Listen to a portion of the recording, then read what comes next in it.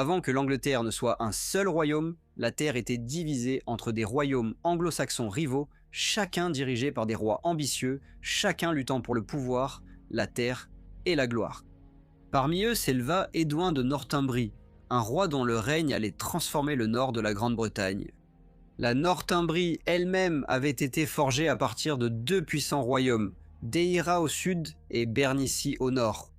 Ces terres avaient souvent été divisées par la rivalité, les effusions de sang et des lignées royales concurrentes, mais sous Édouin, elles furent réunies en l'un des royaumes les plus puissants de l'Angleterre anglo-saxonne.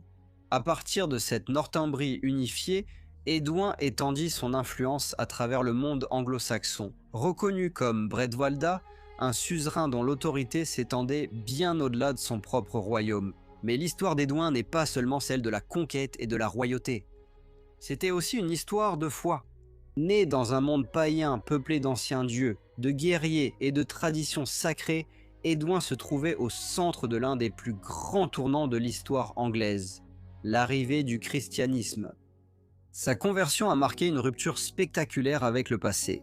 Sous Édouin, la Northumbrie a entamé son passage du paganisme au christianisme, préparant ainsi l'avènement d'une nouvelle ère religieuse et politique. Des églises furent érigées, les missionnaires bénéficièrent de la protection royale et la foi chrétienne commença à s'enraciner au cœur de l'Angleterre anglo-saxonne. Voici l'histoire d'Édouin de Northumbrie, le roi saint légendaire qui a uni Deira et Bernicie. Il régna en tant que Bredwalda et contribua à changer le destin de l'Angleterre. Édouin est né dans la maison royale de Deira, le noyau méridional de ce qui deviendra plus tard la Northumbrie. Son père était Ella, le roi de Deira, ce qui plaçait Édouin parmi l'une des grandes lignées royales de la première Angleterre anglo-saxonne. Mais la jeunesse d'Édouin fut marquée par le danger. Après la mort de son père, sa revendication sur Deira fit de lui une menace pour Æthelfrith de Bernicie, le puissant roi du Nord qui avait placé Bernicie et Deira sous son contrôle. Pour Æthelfrith, Édouin n'était pas seulement un prince déchu. Il était un héritier rival qui pouvait un jour revenir pour contester son règne. Contraint à l'exil, Édouin passa des années à voyager entre différents royaumes, cherchant la protection royale partout où il le pouvait. Son voyage le mena finalement à la cour de Redwald d'Est-Anglie, l'un des souverains les plus puissants de Grande-Bretagne. Mais même là, Édouin n'était pas en sécurité. Æthelfrith envoya des exigences à Redwald, le pressant de livrer Édouin. Pendant un temps, le destin d'Édouin resta en suspens. Redwald fut tenté par la pression et les cadeaux d'Æthelfrith, mais selon la tradition, sa femme le persuada que trahir un invité venu chercher protection serait déshonorant. Redwald choisit donc de défendre Édouin à la place. Cette décision mena à la bataille de la rivière Idle en l'an 616. On ne sait pas clairement si Édouin a personnellement combattu lors de la bataille, mais celle-ci a eu lieu à cause de lui. Redwald marcha vers le nord contre Æthelfrith et les deux armées se sont affrontées près de la rivière Idle. Ce fut un affrontement brutal et décisif. Pendant les combats, le propre fils de Redwald, Rhéganer, a été tué, montrant à quel point la bataille a été coûteuse pour l'Est-Anglie. Mais à la fin, Æthelfrith a été vaincu et tué. Sa mort a changé l'avenir du nord de l'Angleterre. Avec la disparition de son plus grand ennemi, Édouin a pu revenir de l'exil et prendre le pouvoir. Il a pris le contrôle de Deira et de Bernicie, devenant le roi d'une Northumbrie unifiée. Édouin fut placé sur le trône de Northumbrie, un moment qui non seulement le rétablit au pouvoir, mais confirma aussi la grandeur de Redwald, dont l'influence s'étendait désormais bien au-delà de l'Est-Anglie. En soutenant l'ascension d'Édouin, Redwald s'imposa comme le Bredwalda, le souverain le plus important parmi les rois anglo-saxons. Lorsqu'Æthelfrith mourut, ses fils furent contraints à l'exil, cherchant refuge dans les terres du nord chez les Pictes. La maison de Bernicie, autrefois dominante dans le nord, fut reléguée dans l'ombre, tandis qu'Édouin, un prince de Deira, prit le contrôle non seulement de sa terre ancestrale, mais aussi de Bernicie elle-même. Cet accomplissement remarquable a peut-être beaucoup dû au soutien de Redwald, et dans les premières années de son règne, Édouin a peut-être encore gouverné sous l'influence plus large de son protecteur d'Est-Anglie. Cependant, son ascension fut une rupture notable dans l'histoire de la Northumbrie. Le royaume avait longtemps été façonné par le pouvoir bernicien, et le règne d'Edwin allait presque à contre-courant de l'époque, un moment rare où le sang de Daera triompha de la domination bernicienne. Avec la mort d'Ethelfrith et celle du puissant Ethelbert du Kent la même année, l'équilibre des pouvoirs en Angleterre commença à changer. Redwald d'Estanglie était désormais le souverain le plus puissant parmi les rois anglo-saxons, et Edwin, rétabli grâce au soutien de Redwald, était parfaitement placé pour s'élever avec lui. Pendant la décennie suivante, Redwald resta la puissance dominante en Angleterre. Edwin, quant à lui, commença à renforcer son propre royaume. Il étendit l'influence de la Northumbrie au-delà de Daera et Bernicie, s'avançant dans les terres voisines et forçant les autres souverains à reconnaître son autorité. L'une des victoires importantes d'Edwin fut remportée sur Helmet, un petit royaume britannique situé dans l'actuel Yorkshire. Edwin expulsa son souverain et plaça Helmet sous le contrôle de la Northumbrie. Cela lui donna plus de pouvoir à l'ouest et l'aida à consolider sa mainmise sur les terres situées entre la Northumbrie et la Mercie. En même temps, Edwin forma une alliance avec le Kent, le principal royaume chrétien du sud. Il organisa son mariage avec Ethelburg, la sœur d'Eadbold du Kent. Mais ce mariage avait une condition. Edwin devrait accepter le christianisme. Tout comme le mariage de la reine Berthe avec Ethelbert avait contribué à introduire le christianisme dans le Kent, le mariage d'Ethelburg avec Edwin ouvrirait la porte au christianisme en Northumbrie. Les ambitions d'Edwin s'étendaient également au-delà des mers occidentales. Au début des années 620, il semble qu'il y ait eu un conflit entre Edwin et des souverains irlandais liés au royaume du Latte. Les archives irlandaises font état d'attaques impliquant les Saxons et mentionnent même des combats autour de Bamburgh, la grande forteresse de Bernesea. Ces luttes pourraient avoir été liées à l'intérêt d'Edwin pour l'île de Man et la région plus large de la mer d'Irlande. Lorsque des rois irlandais rivaux furent tués dans les années qui suivirent, la voie d'Edwin vers l'influence dans les mers occidentales devint plus facile. Comme beaucoup de rois de son époque, le règne d'Edwin reposait sur le mouvement, la guerre, le tribut et l'ostentation. La royauté ne s'exerçait pas depuis une capitale fixe. Au lieu de cela, le roi et sa maisonnée voyagèrent de domaine royal en domaine royal, recevant nourriture, richesse et service des terres sous son contrôle. Partout où Edwin allait, il rendait la justice, récompensait ses partisans, montrait l'autorité royale et rappelait à son peuple que le pouvoir du roi était présent parmi eux. Bede donne l'un des récits les plus célèbres de la conversion royale dans l'histoire de l'Angleterre ancienne lorsqu'il décrit comment Edwin de Northumbrie est passé du paganisme au christianisme. Son histoire n'est pas présentée comme un brusque revirement, mais comme un long et réfléchi parcours façonné par l'exil, le danger, le mariage, la politique, la persuasion et la quête spirituelle. Edwin était né dans un monde païen, comme les autres rois anglo-saxons de son époque. Il appartenait à une société de guerriers qui honorait les anciens dieux, valorisait la loyauté au combat et mesurait la royauté à travers la victoire, la protection et le tribut. Le christianisme était déjà présent dans certaines régions de la Grande-Bretagne, en particulier dans le Kent, mais en Northumbrie, l'ancienne religion détenait encore un grand pouvoir. Selon Bede, le premier signe de la future conversion d'Edwin apparut pendant ses années d'exil. Edwin était alors un prince traqué, chassé de sa terre natale par Ethelfrith de Bernicie. Alors qu'il séjournait à la cour de Redwald d'Estanglie, la vie d'Edwin était en grand danger, car Ethelfrith exigeait que Redwald le lui livre ou le fasse tuer. Dans ce moment de peur, Bede raconte qu'Edwin fut visité par une figure mystérieuse, que l'on comprit plus tard être Paulinus.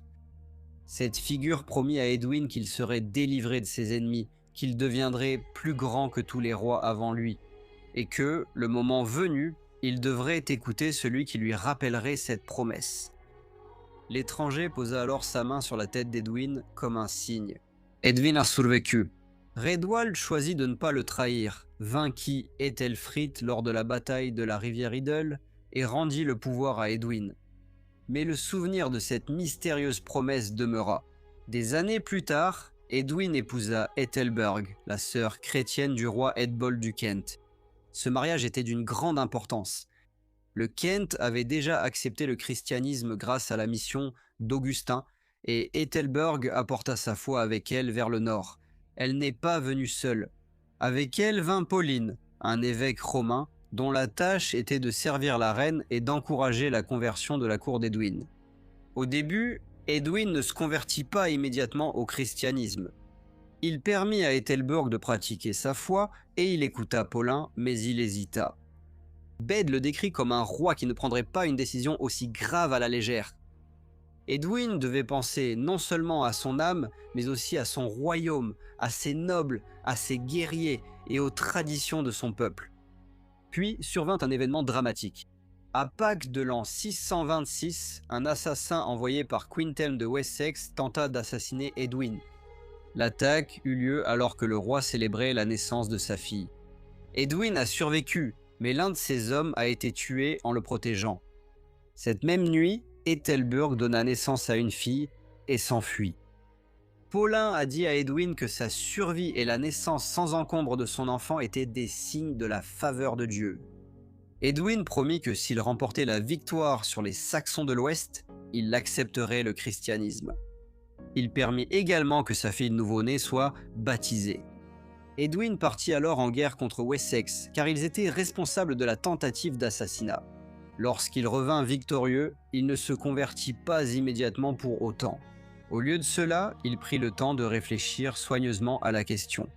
Bède présente ce délai non pas comme une faiblesse, mais comme l'attitude d'un souverain sérieux qui décidait de l'avenir religieux de son peuple.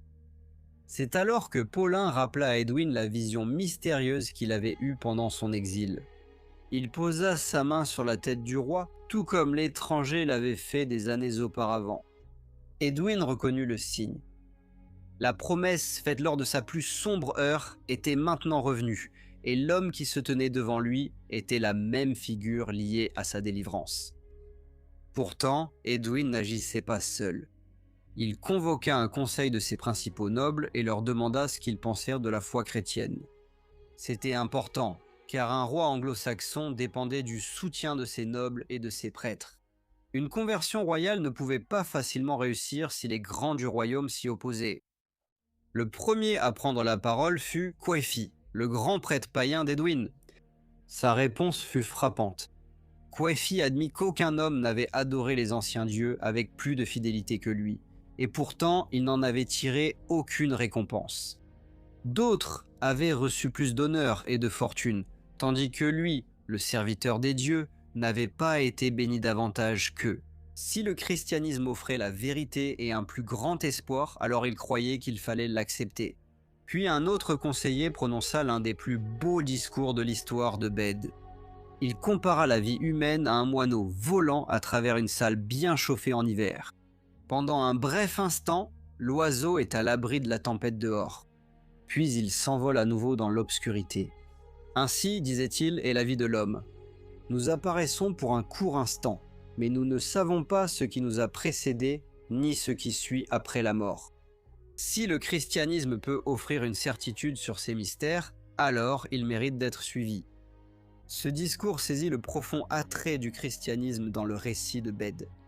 Ce n'était pas seulement une religion de pouvoir ou d'alliance royale, elle offrait une réponse à la peur de la mort, à l'incertitude de la vie et à l'obscurité au-delà de la connaissance humaine. Après que le conseil se soit exprimé, Coëfi alla plus loin. Il déclara que les anciens temples et idoles devaient être détruits. Puisqu'il les avait autrefois servis dans l'ignorance, il serait maintenant le premier à montrer qu'il n'avait aucun pouvoir. Bède dit que Coëfi demanda à Edwin ses armes et un étalon. Et même si les prêtres païens n'étaient normalement pas censés porter d'armes ni monter de tels chevaux, en le faisant, il rompit publiquement avec son ancien rôle sacré.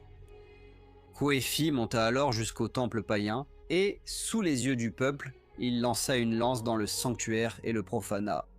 Puis il ordonna que le temple et ses idoles soient brûlés. C'était un rejet public spectaculaire de l'ancienne religion. Le prêtre qui avait autrefois protégé les dieux païens devint alors l'homme qui détruisit leur sanctuaire. Après cela, Edwin accepta le christianisme en l'an 627. Il fut baptisé à York par Paulin. Beaucoup de ses nobles et de ses partisans furent baptisés avec lui. Une église en bois y fut rapidement construite pour la cérémonie. Et plus tard, Edwin commença la construction d'une église en pierre plus grande, montrant que le christianisme allait désormais avoir une place permanente au cœur de la Northumbrie. Bede présente la conversion d'Edwin comme un tournant, non seulement pour le roi, mais aussi pour tout son royaume. La Northumbrie, autrefois païenne et divisée, commença alors à entrer dans le monde chrétien. Les missionnaires bénéficièrent de la protection royale, des églises furent fondées, et la nouvelle foi se répandit grâce à l'influence de la cour. Bede a retenu la conversion d'Edwin comme l'un des grands moments de l'histoire chrétienne de l'Angleterre. C'était l'histoire d'un roi païen qui écouta, posa des questions, hésita, puis accepta finalement la foi. C'était une histoire de signes divins, de politique royale, de sages conseils et de désirs spirituels. Le dernier et plus grand défi au pouvoir d'Edwin vint du royaume en pleine ascension de Mercie et de son roi redoutable, Penda. Pendant des années, Edwin fut le souverain le plus puissant parmi les anglo-saxons. Son autorité s'étendait au-delà de la Northumbrie et son influence atteignait des terres que d'autres rois souhaitaient contrôler. Cela faisait de lui un homme puissant, mais aussi un homme dangereux. Pour les souverains voisins, Edwin n'était pas simplement un roi défendant ses propres frontières. Il était un suzerain dont le pouvoir menaçait leur indépendance. Parmi ceux qui se sentaient le plus menacés figurait Penda de Mercie. Penda était ambitieux, belliqueux et toujours fidèle aux anciens dieux païens. À une époque où plusieurs royaumes anglo-saxons commençaient à se tourner vers le christianisme, Penda restait l'un des derniers grands rois païens d'Angleterre.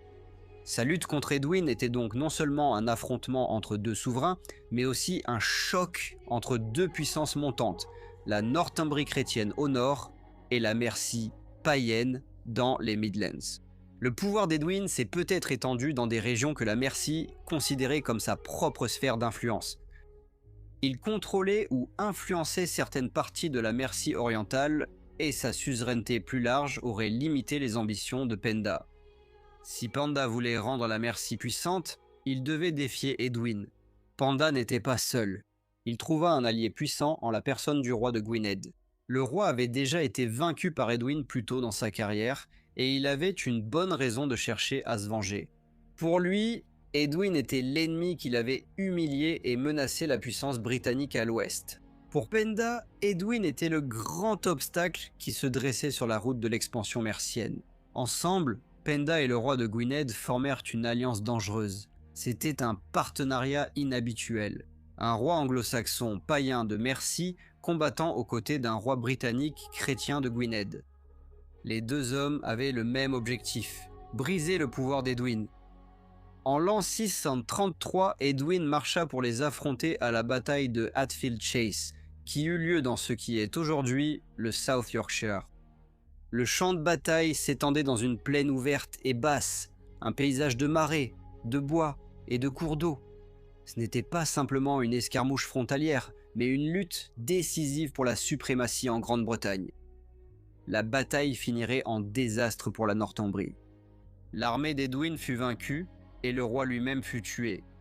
Son fils Osfrith mourut également au combat, tandis qu'un autre fils, Eadfrith, fut capturé par Penda et plus tard mis à mort. Avec Edwin et son héritier abattus, l'ordre politique qu'il avait établi s'effondra presque instantanément. Bede décrit les conséquences en des termes sombres et violents. Le roi de Gwynedd, bien qu'il soit chrétien, ravagea la Northumbrie avec une cruauté terrible. Il ne montra aucune pitié, et Bede dit qu'il n'épargna ni les femmes ni les enfants alors qu'il dévastait la région. Pour Bede, cela était particulièrement choquant. Penda, quant à lui, s'imposa à l'issue de la bataille comme l'un des rois les plus redoutés d'Angleterre. En vainquant Edwin, il avait contribué à détruire le plus grand suzerain anglo-saxon de l'époque. Cette victoire ouvrit la voie à l'ascension de la Mercie et marqua le début de la longue lutte de Penda contre la puissance northumbrienne. La mort d'Edwin fut bien plus que la chute d'un roi. C'était la fin d'un empire northumbrien. Edwin était sorti de l'exil pour unifier de Deira et de Bernicie, à régner comme Bretwalda, et à introduire le christianisme au cœur de son royaume. Mais à Hatfield Chase, son pouvoir fut brisé par la force combinée de l'ambition mercienne et de la vengeance britannique. Pourtant, la mémoire d'Edwin a survécu à la ruine. On se souvenait de lui non seulement comme d'un souverain vaincu, mais aussi comme d'un roi d'une grande ambition, un converti au christianisme, un Bretwalda, et plus tard un saint. Je voudrais adresser un immense merci à tous mes membres. Votre contribution aide vraiment à rendre toutes ces vidéos possibles. Un remerciement spécial à Stéphanie Hasson, Teresa Lux et John Sykes. Si vous avez apprécié la vidéo, n'oubliez pas de liker, de vous abonner et de partager. Et je vous retrouve très bientôt pour un nouvel épisode de History Profile dans